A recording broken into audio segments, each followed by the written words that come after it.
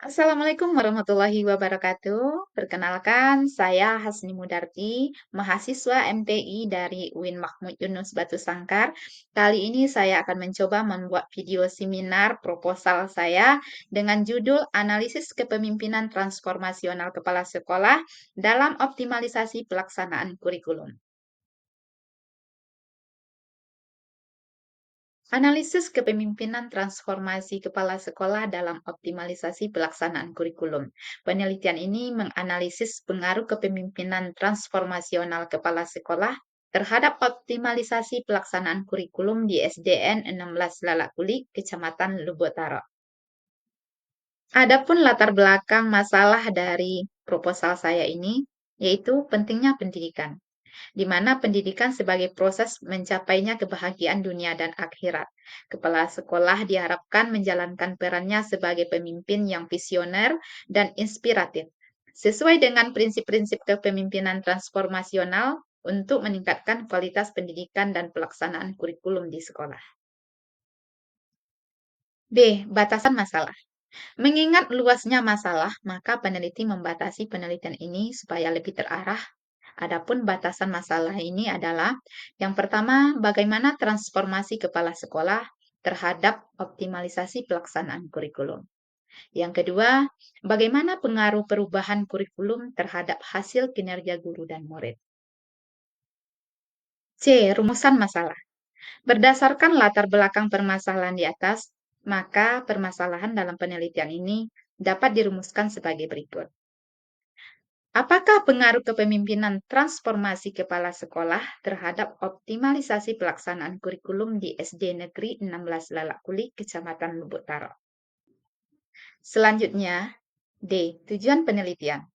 Mengacu pada permasalahan di atas, penelitian ini bertujuan untuk mengetahui bagaimana pengaruh kepemimpinan transformasi kepala sekolah terhadap optimalisasi pelaksanaan kurikulum di SD Negeri 16 Lalakuli, Kecamatan Lubuk Taro. Dan selanjutnya, E. Definisi operasional.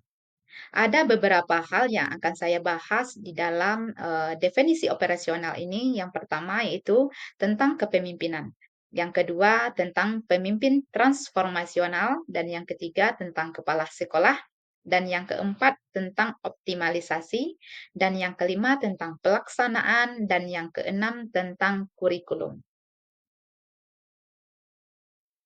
Kepemimpinan transformasional ini memiliki tiga ciri. Yang pertama yaitu memiliki visi yang jelas, yang kedua yaitu memiliki pertumbuhan pribadi yang baik, dan yang ketiga memiliki motivasi dan inspirasi. Peran kepala sekolah. Kepala sekolah itu memiliki beberapa peran. Yang pertama yaitu sebagai figur sentral dalam implementasi kurikulum. Yang kedua sebagai efektivitas proses belajar. Dan yang ketiga sebagai pemotivasi guru. Maksudnya, jika kepala sekolah bisa memotivasi guru, maka ini akan bisa meningkatkan kinerja dari seorang guru. Faktor-faktor yang dapat mempengaruhi kepemimpinan transformasional ini yang pertama yaitu karisma. Pemimpin transformasional memiliki karisma yang kuat, mampu menginspirasi dan memotivasi pengikutnya dengan keyakinan dan semangat. Dan yang kedua yaitu intelektual. Pemimpin transformasional merangsang pemikiran kritis dan kreatif, mendorong pengikutnya untuk berpikir di luar kebiasaan dan mendorong mencari solusi yang inovatif. Dan yang ketiga yaitu empati. Pemimpin transformasional memiliki empati yang tinggi, memahami kebutuhan dan perspektif pengikutnya dan membangun hubungan yang kuat. Dan yang keempat yaitu kolaborasi. Pemimpin transformasional itu mendorong kolaborasi dan partisipasi aktif dari semua pihak, menciptakan lingkungan kerja yang inklusif dan berorientasi kepada kurikulum. Optimalisasi implementasi kurikulum ini dapat dilakukan dengan tiga cara. Yang pertama yaitu dengan integrasi teknologi, yang kedua dengan desain pembelajaran yang bagus, dan yang ketiga dengan evaluasi komprehensif. Tujuan pendidikan nasional dan kurikulum itu ada empat. Yang pertama, tujuan nasional.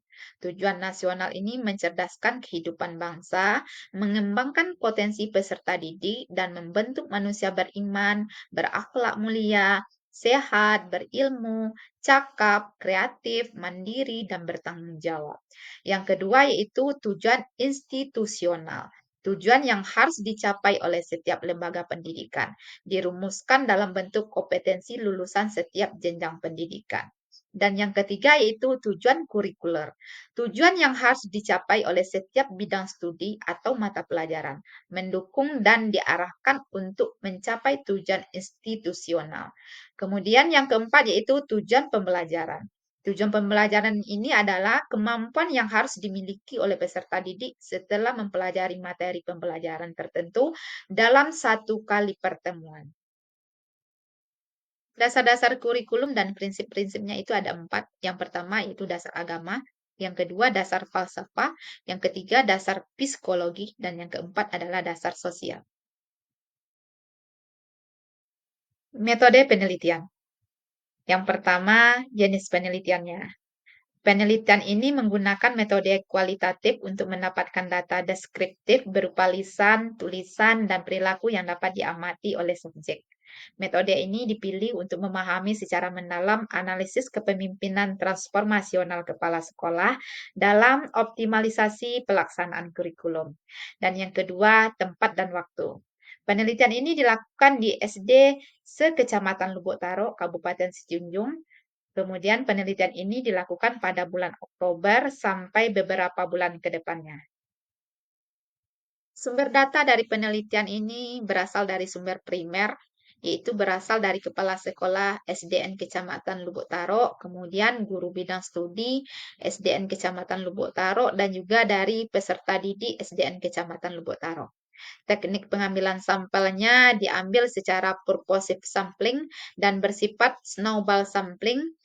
Kemudian, sampel belum ditetapkan secara eksplisit karena kemungkinan terjadinya perkembangan setelah dilakukan penelitian di lapangan. Instrumen dan teknik pengumpulan data ini dilakukan dengan cara yang pertama yaitu teknik studi dokumentasi, yang kedua yaitu dengan teknik observasi, dan yang ketiga dengan teknik wawancara. Penelitian ini menggunakan tiga teknik analisis data.